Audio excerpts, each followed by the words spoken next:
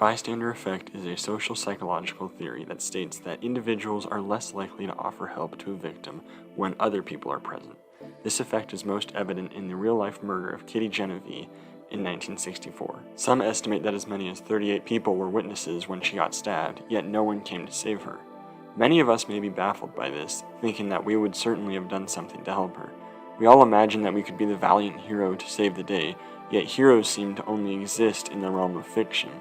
But even a fictitious world must be grounded in some realism in order for us to relate to it. One example of this is the 2009 film Watchmen. I talked about this film in my video on miracles where I focused on Dr. Manhattan. In this video I'd like to focus on arguably the most popular character of the story, Rorschach.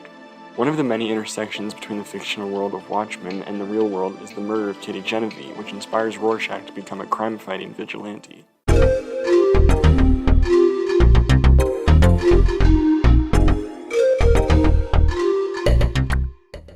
Vigilantes serve as the antithesis to bystanders.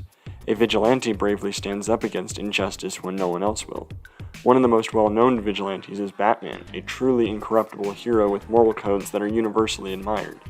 Rorschach, on the other hand, has somewhat spotty moral codes to say the least. Rorschach doesn't mind spilling blood if it means justice will be served. Rorschach not only intervenes, but he commands the situation to his own moral code. Rorschach serves as a cautionary tale to those seeking to make the world a better place, but he is arguably the most important character in the entire film. He is characterized by his ink blot mask, which is a reference to the popular psychological test called the Rorschach test. Thus, your interpretation of Rorschach's actions largely determine how you feel about the movie, making it one big Rorschach test. Rorschach shows us what happens when we take things too far and inject our own beliefs into vigilantism. But what about a hero who is as passionate as Rorschach yet sharing some of Batman's moral qualities? At this intersection, we get the hero Kick-Ass. In this movie, teenager Dave Lazowski questions why there are no superheroes in the real world and takes matters into his own hands. His heart of innocence motivates him to help people in small acts of kindness.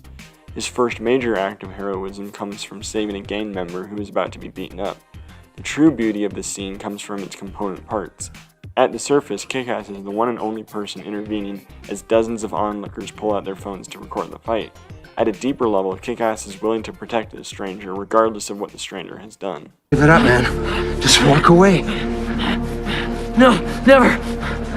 What the fuck is wrong with you, man? You'd rather die for some piece of shit that you don't even fucking know? The three assholes laying into one guy while everybody else watches? And you wanna know what's wrong with me?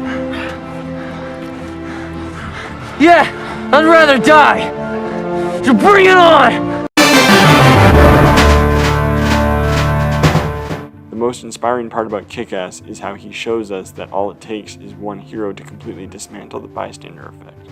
Many of us are familiar with the Good Samaritan story in the Bible. The story is yet another example of how easy it is to reverse the bystander effect. In a biblical context, the story is used to prove that we should love our neighbor as we love ourselves. Although many people can get behind that message, the existence of the bystander effect proves that we don't always abide by it. But if there's anything to take away from these case studies, it should be that the bystander effect is easy to break.